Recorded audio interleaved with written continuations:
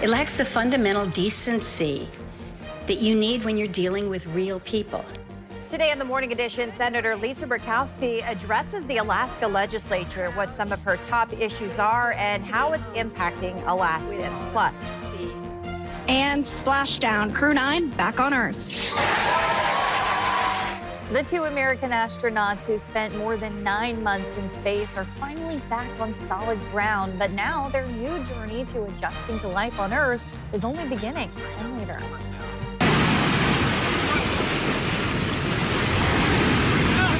yeah, talk about the catch of a lifetime. A dream came true for a number of fishermen after they reeled in a massive great white shark from the shore off Hatteras Island in North Carolina, as the Morning Edition starts now. Good morning, everyone, on this Wednesday. Can you even imagine? No, what a catch. Oh, my gosh. I'd be scared. Like, woo.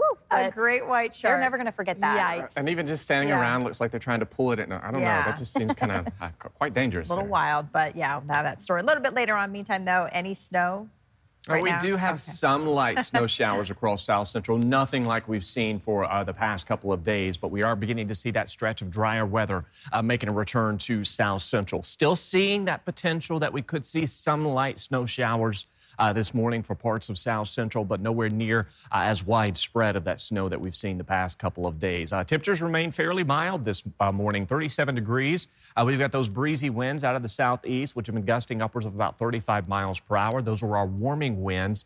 As a result, we are seeing those temperatures already sitting on the warmer side for the vast majority of South Central. 26 in Talkeetna, 19 in Eureka. We've got 20s and 30s as you head out towards the coast, where we're also holding on to some rain and snow. Now, while most of South Central is sitting on the drier side, we are watching a band of some light snow showers that's likely impacting northern areas of the Anchorage Bowl, along the Glen Highway, and into parts of the valley. Not everyone is seeing this, but keep in mind as you get out on the roads this morning, you could encounter just some light areas of some snowfall that could impede your visibility for the first part of your morning commute. So that stays with us for the first part of the day.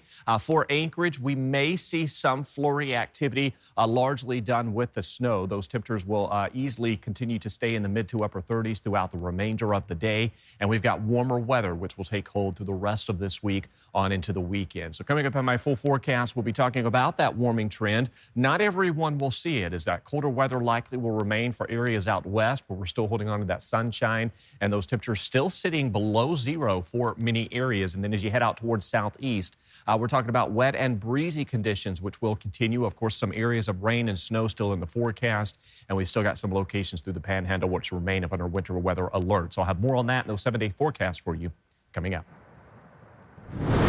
New this morning, a fierce night of debate at the Anchorage Assembly, which ultimately led to the proposed sales tax being postponed indefinitely. The proposal was a 3% sales tax that was split into two sections, with 2% of the revenue gained being used as property tax relief and the final 1% being put into community projects. This proposal has been debated many times in the past and had gone through several amendments. There was a public comment period before the Assembly members took their ultimate vote. Both supporters of the tax proposal and opponents stood up to give public comment. To institute upon the vulnerable at this time a sales tax is certainly not doing what we are called to do as moral and Christian people. All the belt tightening in the world is not going to create enough funds to make major capital improvements. The proposal is postponed indefinitely, with some members of the Assembly saying they will return to the drawing board to come up with a solution to put in front of voters in the future. In Capitol coverage, Senator Lisa Murkowski addressed the Alaska legislature, calling the Trump administration's recent federal cuts unlawful. Murkowski saying even as senator, she's been unable to get accurate numbers on fired Alaska federal workers. Last week, the head of the state's unemployment insurance program told House lawmakers the number applying had jumped from 10 to more than 130 in just 1 month. The senator said multiple state agencies are impacted, ones she says are vital to the state's economy, and questioned the legality of their terminations. These terminations are indiscriminate, and many, we're now learning, are unlawful. And they're being made regardless of performance and with little understanding of the function and the value of each position. The Trump administration has said DOGE is searching for and rooting out what they call waste, fraud, and abuse in the federal government, consistent with the campaign message that helped Trump win the 2024 election. Senator Murkowski spoke with reporters following her address to the legislature. In part, she defended her position as a Republican in Congress, as she is one of very few who have publicly opposed some of the Trump administration's recent actions. There's a lot that are saying, oh, just become an independent. Well, will that open more doors and help more people for Alaska? Because if that's the case, all right, let's, talk to me about it. But if, in order for me to be effective, it means I have to have a relationship with a Trump administration, with a Biden administration, with an Obama administration, I'm going to figure out ways to make that happen. And so it shouldn't make a difference what my party label is.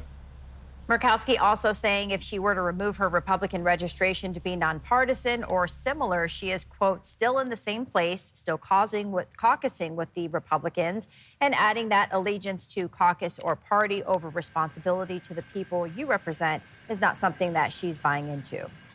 The state plans to conduct a feasibility study to improve road access in southeast Alaska. The study will look at options to develop a roadway running along the west side of Lynn Canal between Juneau and Haines.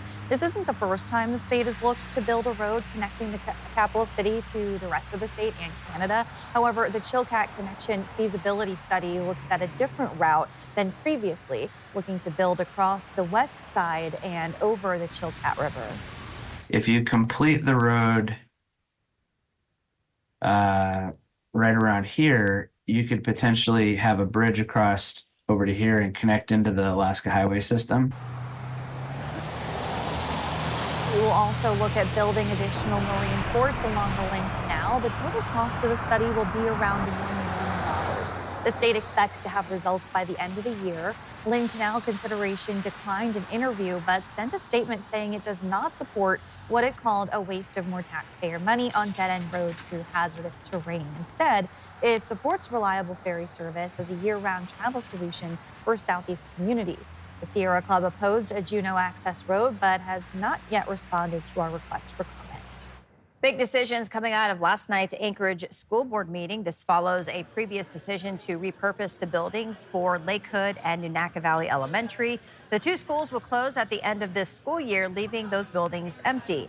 At the last meeting, the board approved Alaska Native Cultural Charter School to move into Lakehood Elementary, a decision that students and parents from the Rilke Schule German Charter School opposed. Last night, there was a push to rescind that decision. We would like to see the school board re-vote on Memorandum 106 in favor of Rilke. Alternatively, ICU will be presenting a Memorandum 128 this evening, and although Abbott Loop may not be a permanent solution, it may be the next step in our transition to forever home. Our program has moved at least 3 times since 2007, but ultimately our students are our focus. I do not see reversing course as being beneficial to all 4 programs at this time. I recognize that we need to be more strategic as to how we engage in a right-sizing conversation this fall. In the end, the board did not reverse their previous decision in a vote of 4-3. Instead, the school board approved a measure to relocate Rilke Schule to the building currently occupied by Alaska Native Cultural Charter School once they move out. In addition, the borders for Turnagain, Baxter, and Northwood Elementary School were redrawn to accommodate for students from the 2 schools that are closing. In Sitka, the city and borough is taking a bold step in trying to limit the number of cruise ships visiting the state. They'll soon bring that question to the voters. A local nonprofit called Small Town Soul organized an initiative for the ballot measure, saying larger cruises in the last few years have caused worsening traffic congestion, street closures, and housing shortages in the city. A special election will be held over cruise ship limits. And the limits are applied through scheduling ahead of the season. So if a ship were to arrive with more passengers than it's scheduled and permitted for having, the passengers are still welcome to come ashore, and there are no penalties against the passengers. Any enforcement will be taken against the ship. This is the fourth attempt for a cruise limit ballot from the nonprofit. The previous 3 attempts failed the city's legal review. The recommended special election date is scheduled for Friday, May 30th, but it could be sooner. If the ballot passes, the limitations would go into effect for next year. Happening today, the NTSB will release its preliminary report on the Bering Air crash that killed 10 people on board. This is expected to come out just after 10 this morning. The flight went missing in February on its way to Nome from Unalakleet. These are the 10 victims who died in the crash. The U.S. Coast Guard says the plane was found about 34 miles southeast of Nome. The Coast Guard also said the plane experienced a sudden drop about 40 minutes after taking off. Keep it to Alaska's news source for the very latest updates. And here's your reminder that you have 13 days until the deadline to file for this year's permanent fund dividend. If you haven't submitted your application, now is the time. The last day to do it is Monday, March 31st at 11:59 p.m. and must also be postmarked by then. There are a variety of criteria to be eligible for the PFD, but the biggest two are you must have been an Alaska resident for all of 2024 and intend to remain a resident indefinitely. Payments are typically distributed in October. Coming up, flu season is hitting hard in Alaska with rising cases across the state. How you can protect yourself and your family. Plus, as we look ahead to the upcoming wildfire season, a look at how this winter's conditions could shape what's to come. Still holding on to some lingering areas of rain and snow across South Central. I'll have more on that and what to expect as we officially welcome in spring tomorrow. But first, sunrise, 8:02 in Anchorage, 7 o'clock in Juneau. Your full forecast is next. A rare celestial event is underway. From now through Friday, the planet Venus will be visible in both the morning and evening skies above the northern hemisphere. This happens a few days before the planet passes between the Earth and the Sun, and it won't happen again until 2033. Yeah, you'll find Venus slightly above the Sun after sunset and then before sunrise, and you won't need any special equipment. Venus is very bright because of its closer proximity to the Sun, but if the Sun is still in the sky, well, then you will need to protect your eyes. But we've seen Venus out there, and yes, Aaron, it is very, very bright. Very cool. And it may, and the cloud covers that we have today across South Central certainly may impede that visibility, and we may hold on to some of that cloud coverage really the next couple of days, although we should see some sunshine here over as we welcome in the official start of spring. Officially yesterday, we saw 2.3 inches of snow accumulation for Anchorage. Now, storm total from Monday into Tuesday was about 3 to 6 inches across a large portion of South Central.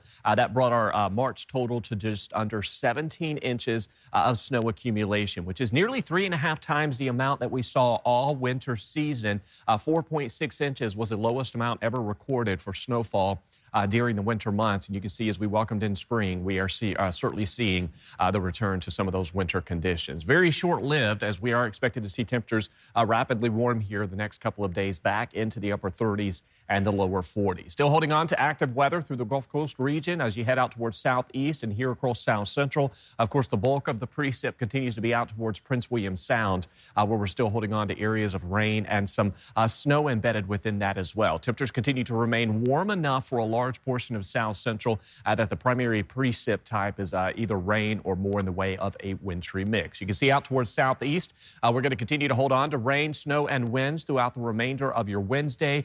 There's some of that lingering activity across South Central. Most of today will be, the impacts today will be out towards coastal regions. Inland areas, we can't rule out a stray area of seeing some light snow showers or some flurry potential, but we are beginning to dry out for inland areas. And we're going to stay with this drying trend here over the next couple of days. Now, with active weather staying near the Gulf Coast region, any moisture that manages to make it in over the Chugach Range could bring a brief opportunity for seeing some light snow or wintry mix later this week. But overall, expect drier conditions for inland areas, and we officially welcome in spring as Thursday arrives. Now, March is officially finally seeing above average precipitation. This coming off of a very dry February. You can see sitting at just above about a quarter above where we should be for this time of year. And we are trending on the drier side for inland areas. But again, keep in mind, we could see some stray areas of light snow showers or flurry potential throughout the day. Those temperatures today warming into the mid to upper 30s, so we are beginning to see those warmer conditions taking hold. 33 in Golcana, 34 degrees in Whittier,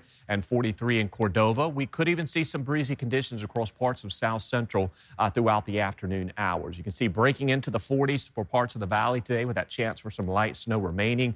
Even here in Anchorage, we'll see that chance for at least some light snow sticking around throughout the remainder of today. Spring officially begins Thursday. You can see those temperatures warming near 40 degrees. We stay near 40 for the foreseeable future. Inland areas, again, largely on the dry side with a mix of sun and clouds. We'll see that better chance for any precipitation here over the next couple of days to stay confined towards coastal regions. But like we typically see, any of that does build in over the Chugach Range could lead to some light accumulation. Overall, though, expect drier and warmer weather for the foreseeable future. All right, thanks, Aaron. A late season surge of flu is spreading around Alaska. Multiple strains have been identified in the state. Adrian Peterson explains the rise in flu cases and what experts say that you can do to protect yourself from the flu in this week's health report. Cases of influenza have been increasing since February, reaching nearly 1,000 cases reported statewide in 1 week in early March. As the illness has spread, a higher percentage of emergency room visits are being listed as respiratory related. According to the state epidemiologist, that's connected to one of the strains of flu in circulation. The H3N2 strain of influenza A tends to be more serious than H1N1. This year we've had both. We've had pretty high levels of both H3N2 and H1N1. Most communities in Alaska have access to rapid tests that can identify influenza, but McLaughlin recommends flu vaccines as the best defense. Those vaccines are effective at decreasing the severity and duration of infection, and they both do also prevent infection itself. He also says the flu vaccine covers both influenza A and influenza B. That's because sometimes one type of flu tends to come early in the season and the other appears later in the season. It's never too late to get vaccinated if you haven't already done so, because you just don't know, even though we may already be on the right-hand side of the curve, of the epidemic curve for one strain of the virus, there could be another strain that pops up and emerges. The CDC also recommends frequent hand washing and wearing a mask if the flu is spreading around your community. Adrian Peterson, Alaska's news source. Well, don't let our recent snowfall fool you. The Anchorage Fire Department says we're still expecting an early start to the wildfire season. Usually that season kicks off April 1st, but this year both the municipality and the state moved that date up to March 17th, which was 2 days ago, so it's already started. An Anchorage fire captain says the snow adds a little bit of moisture, but not enough to make a big difference. This does buy us a few days, but the warmer temperatures are coming. Within a day, the snow could be melted, and we're right back to those dry fuels. Captain Davis recommends homeowners think about cleaning up debris and removing potential fuel sources from their property. The Anchorage Fire Department offers free FireWise home assessments. You'll find a link to sign up on our website. Thanks for listening to our podcast. Click subscribe so you can get the latest podcasts from Alaska's news source automatically and stay up to date with breaking news and in-depth reporting available for free 24/7 with the Alaska's news source app.